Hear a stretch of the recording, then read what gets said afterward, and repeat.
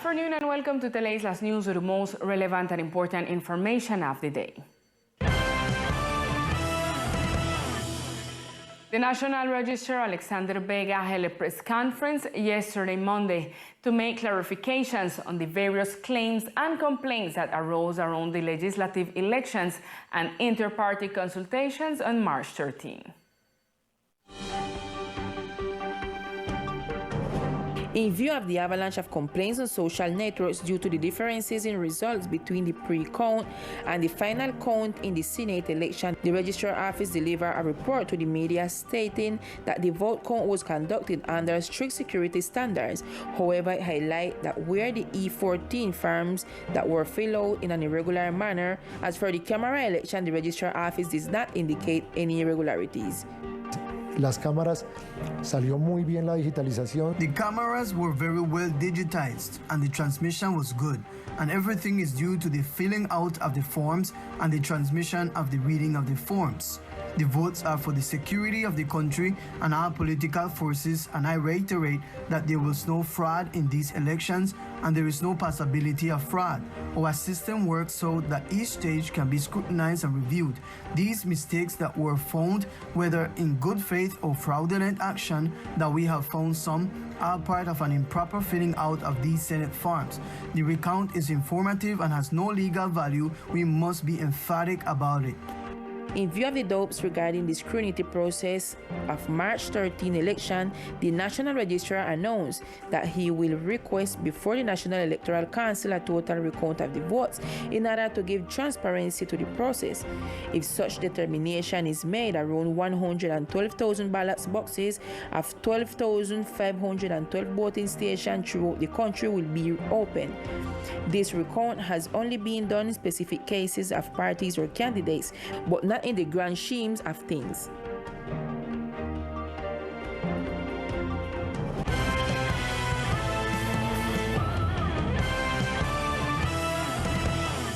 The authorities announced the progress of the investigations related to the murder of the Raisel singer Hetty, achieving the capture of and offering a reward for the whereabouts of the other person who participated in this crime. Tenemos a uno de las personas. We have one of the alleged persons who participated in this event. He has already been identified and individualized, but we aren't content with simply individualizing him, but we are going for his location, which is why we have offered a reward of up to 25 million pesos to locate the young man, José David Cardenas Jimenez. In the last hours, the authorities managed to capture one of the people who participated in the murder of the singer Fabian Perez, better known as Hetty, who is in hearing process of legalization of capture. At the same time, they offer a reward of 25 million pesos for anyone who gives information on the whereabouts of the other person who participated in the event. Quiero anunciar de manera oficial. I want to officially announce the work that has been done by the CTI and the Prosecutor's Office and the National Police in order to quickly clarify this terrible homicide that occurred in the person of Fabian Hetty Perez Hoca, better known in the artistic world as Hetty. We have achieved the individualization, and we have also made great progress in full identification of the alleged perpetrators of these events. In turn, General Oscar Gomez refers to the process to identify the alleged perpetrators who took the life of the singer Hetty. Nosotros y la Fiscalía específicamente. We and the Prosecutor's Office advanced a meticulous, detailed work in order to identify the perpetrators of this event. After this, the National Police has been supporting the work of locating the perpetrators. With this, the authorities hope to clarify in the shortest possible time this homicide and just give a part of tranquility to the community, as this or any criminal act will remain unresolved. And in other news, the Superior Court of the department made statement regarding claims and invitations by the departmental government where the number of people in prison was reported. Upon clarifying these claims, here is the information. The Superior Court of the Judicial District of the island, in response to the governor's public statements, where they reported a total of 398, with 178 detainees under house arrest and 220 with house arrest, the court affirms the following facts. The Superior Court, as the highlighted authority of the ordinary jurisdiction in this district, has taken careful note of what has happened and has requested the judge who administers justice in the criminal area, the INPEC and the Public Prosecutor Office, reports regarding the guaranteeing of the measures, so that according to the information obtained by these entities in comparison to those provided by the governors of the island, there are differences. So they are reported as follows. For house arrest, the comparative table shows no record, while the governor declaration apparently stated that there were 220. For prison house arrest, the governor had stated that there were 178, and the INPECs and courts reported shows 135. On the other hand, for homicide crimes, the report are as follows: 23 with house arrest, of which 14 correspond to attempt homicide, 18 with house arrest, where 6 correspond to attempt homicide, 1 to sentence serves, and 4 of those reported the benefit was granted by sentencing courts in other districts. Taking into account these figures, the court noted that the benefit granted for this crime by the judge of this district are within the normal parameters, and that they were granted on the basis of applicable norms. Fabian Perez's funeral honors were held on Sunday. He was bid farewell with honors by his family, friends, and acquaintances. The Departmental Assembly bid farewell to Fabian Perez with a tribute. His body was in the precinct for 2 hours. The president of the Duma, Orly Rosso, gave a statement. Heti was a person who made a difference because he took our culture beyond the border of Colombia. He was decorated in the assembly for what he represented for our racial culture, for our Creole language, for all the legacy he left to our youth and children. An exemplary young man worthy of admiration, always with a smile and willing to serve the community. The one who was his artistic career partner for approximately 20 years dedicated heartfelt words of farewell to him. So one day we sit down with Benny and we eat some empanada pan cana, and Benny reply to our way and say, so what more we and do? He take it out and say, I don't know what we and do, but me and singing a Creole till I did. You know, that thing do. Run the world together. We fight. Me and him relationship never perfect. We fight. We discuss. You know, we also care the culture in a practically everything. You know, so I believe that we also make we strong. Images show a large crowd of attendees at the funeral ceremony held at the First Baptist Church on the Hill. Family, friends, and relatives bid farewell to Fabian Perez Hooker Heti. The farewell of this great island artist was deeply felt by the whole community that accompanied his relatives. And in the last hours, authorities announced the biggest seizure of cocaine made by the military forces in the Archipelago Department. Units of the Colombian Navy and the Colombian Air Force, with the support of the United States, managed to seize about 3.4 tons of cocaine that were being transported to Central America in a go-fast type vessel. This important result was achieved thanks to the complete synergy between the aircraft of the Colombian Navy and the Colombian Air Force, with the support of an air platform of the U.S. Southern Command, who were able to identify and follow in detail a suspicious motor vessels which was sailing in the Caribbean Sea. En esta ocasión, gracias a la sinergia operacional entre la On this occasion, thanks to the collaboration between the Air Force and the Navy, the seizure of a go-fast vessel that sailed from Colombia coast-bound for Central America with 5 crew members, 3 Nicaraguans and 2 Costa Ricans, carrying about 3.4 tons of cocaine that would have reached the value of $120 million in the U.S. market, was achieved.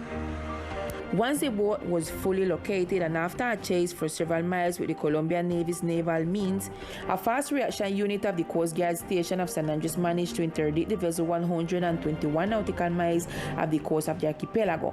Upon verifying the interior of the vessel, the crew members of the naval institution found 3,287 rectangular bottles inside 132 packages. Subsequently, in coordination with members of the Technical Investigation Corps of the Attorney General Office, A homologated preliminary identification test was carried out with a positive result for cocaine, weighing 3,382 kilograms. The alkaloid, the 5 captured individuals, and the immobilized vessel were handed over to the official of the Attorney General office.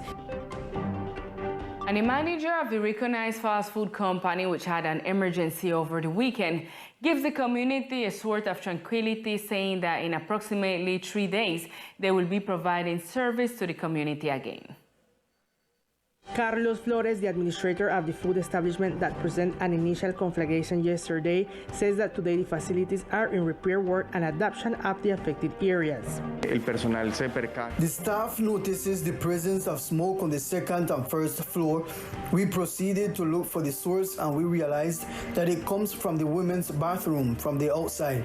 We immediately worked on that point with the fire extinguishers. We controlled the fire at that moment, but it had already taken advantage of the back of the wood and was gaining strength because of the plastic and other materials. The personnel were evacuated immediately and no one was injured. According to Flores, the quick and timely presence of the fire department was key to prevent the fire from escalating. The firefighting team arrived and acted immediately.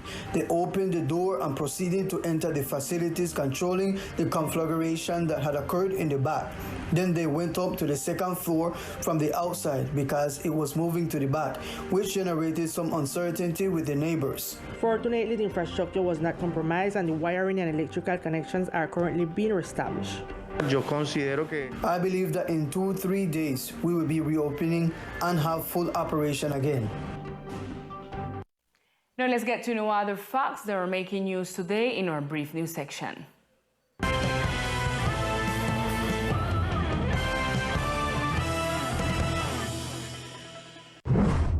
With the purpose that the children and families of the La Paz neighborhood grow and consume their own food to promote good eating habits, the ICBF, with the support of the Secretariat of Agriculture and Fisheries, developed with the children of this sector the community garden, Roots of My Land, with cleaning work done in the area, training and always the first plants. The aim is to start this project, which aims to ensure food security. The departmental government, through the Secretary of Tourism, Jonathan Taylor, presented the Seaflower recognition to the cruise line company Seabourn Ovation in appreciation for their repeated visit to our department in the last 3 months. The departmental government invites the entire commercial sector and the community in general to participate in the first Agro-Food Fair 2022, where you will find products in harvest of our department accompanied by native music samples and entrepreneurship. This activity will take place next Friday, April 1st, 2022 from 8 a.m. to 3 p.m. at the Farmers Market located in the Rockwall sector in front of El Carmelo Church. Now we continue with Victor Fusalba and the Sport News.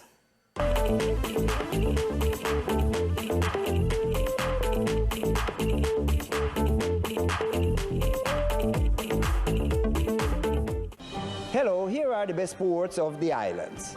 Islanders are present in the Colombian pre-selection of beach handball. One of those chosen for this Colombian team who is training on the beaches of Spratbite is Mark Sarmiento Mitchell from Old Providence, who with much discipline and dedication is training to be taken into account and called to this group of islanders who will represent the archipelago and Colombia in this next international tournament to be held in Brazil. Teleislas news agency had a dialogue with this talented player who told us how proud he feels to be part of this pre-selection. I come from part of the island from San Andreas Providence and Cleaner representing. Well, and this call is something wonderful. Well, every sport, I feel like every sport I know be part of pre-selection is something wow, very nice.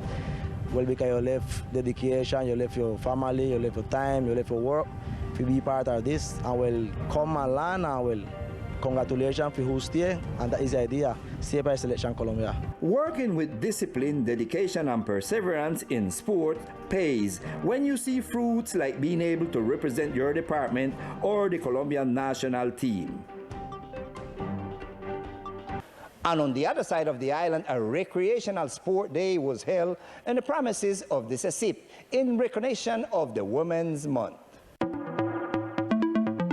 It was a recreational afternoon with activities on sport that gather women from the Air Force, Specific Command, Navy, and other official entities to commemorate Women's Month. In these activities, officials and sport monitors of the Sport Secretariat participated, helping with the coordination and recreation of this sport event. We talked with Luis McNish, who told us. This activity today is a recognition to the woman them, and more for the man them, wife and the army and the department, who are all time is on the back. It's not just on the back, so just continue, show them, say them it's important for each and everyone here in the department. This was a positive gathering in which the Secretariat of Sport participated in honoring these women of the department as stated by McNish. And this will be all in sports for the moment. I am Victor Fusalba, Teleislas News.